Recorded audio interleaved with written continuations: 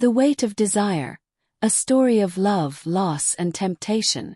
On a bright spring afternoon, Adrian and Celeste stood hand in hand, exchanging vows beneath a canopy of white roses and sunlight. Their love was deep, sincere, and full of promise. Soon after their wedding, they flew off on their honeymoon to the breathtaking coasts of New Zealand, where they embraced every thrill life had to offer. It was there that Adrian decided to try skydiving, a spontaneous, daring leap meant to celebrate the start of a new chapter. But fate was cruel. His parachute malfunctioned. Though he survived, the fall left him paralyzed from the waist down. The doctors were blunt. He would never walk again. When Celeste brought Adrian home from the hospital, her heart was heavy with grief.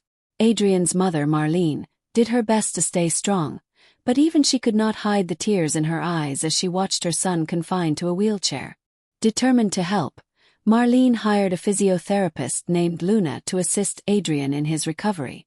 Though the prognosis wasn't optimistic, they hoped regular sessions might give him more independence, maybe even some sensation in his legs over time.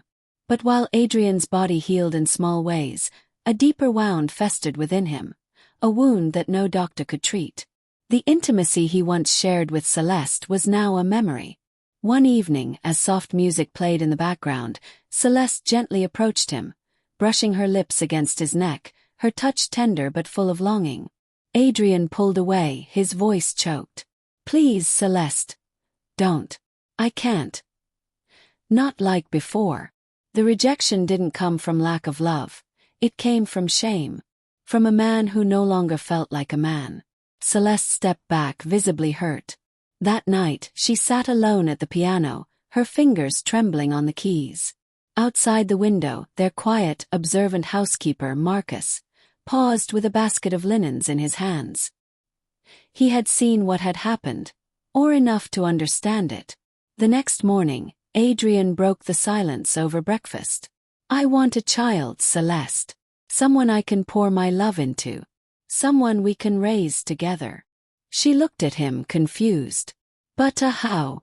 I want you to have a baby." "Any way you can," he said quietly.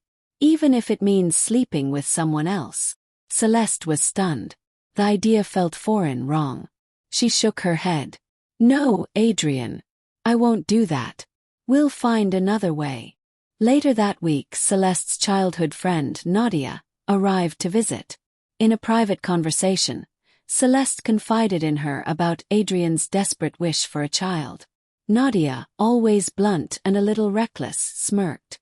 "Well, Marcus isn't exactly hard to look at. Tall, strong, loyal. If you really want a baby, he's an option." Celeste laughed it off as a tasteless joke, or at least tried to. But the next afternoon, she found herself wandering out to the garden, where Marcus was tending to a litter of newborn puppies. They spoke softly. She asked about his life, his thoughts. When he spoke, his words were simple but full of quiet wisdom. She felt herself drawn in by his calm presence. She suddenly hugged him, more out of emotion than intent, but in that moment a boundary blurred. That night, unable to sleep, she visited Marcus in his small room above the garage. She noticed handwritten notebooks scattered across his desk. Poetry. Thoughts about life. Dreams he never shared with anyone. Something about the raw honesty of those pages touched her deeply. The next day, she returned, her emotions in a whirlwind. When she kissed him, Marcus hesitated, but only for a moment. Passion took over, and for the first time in months, Celeste felt seen, touched, wanted. But after it ended, she sat up and whispered, "This can't happen again." Marcus looked at her, confused and hurt. Then why did it happen at all? The next morning, while Marcus mowed the lawn, Celeste watched him from the kitchen window, her gaze lingering too long. When their eyes met, neither could pretend anymore. The fire had been lit, and it wasn't going out. Their secret affair bloomed in the shadows. But not everyone was blind. One evening, while Celeste played chess with Adrian in the living room, Luna caught a glimpse of her slipping away through the side door, toward Marcus's room. Luna said nothing, but suspicion bloomed. The following day, Marcus stopped by Marlene's study to ask about a delivery. In the middle of the conversation, he asked casually, "Have you seen Celeste this morning?" It was the first time he had ever spoken her name so openly. Marlene's expression darkened. Later that night, she confronted her son quietly. "Marcus is too involved. Something doesn't feel right." She placed him on temporary leave without explanation. When Celeste learned of it, she was furious, demanding answers. Marlene simply said, "You're my daughter-in-law. I see more than you think." That night, Marcus snuck back to see Celeste one last time. As they lay together, she whispered, "Let's leave this place. Start over. Marry me." Marcus froze. "I can't. My father served this family too. I owe them my loyalty." The next morning, Luna, unable to keep the truth hidden any longer, told Adrian everything. His world collapsed again. He waited silently for Celeste to return from the market that evening. She stepped inside, feeling the heavy weight in the air. "I know," Adrian said quietly. "I know about you and Marcus." Celeste didn't deny it. "I never meant for this to happen," she said.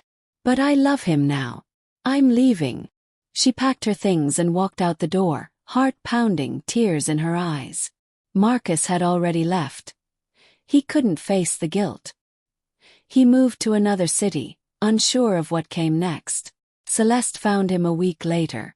She told him she still wanted to be with him, despite the chaos, despite everything. As they embraced, she believed she was finally stepping into a new beginning. But back in the quiet, half-lit house, Adrian sat alone in his chair, staring at the walls. His wife was gone. Not because of an affair, but because he had planted the seed of it. If he hadn't asked her to carry someone else's child, maybe she would still be his. Some mistakes begin with sacrifice and end with heartbreak.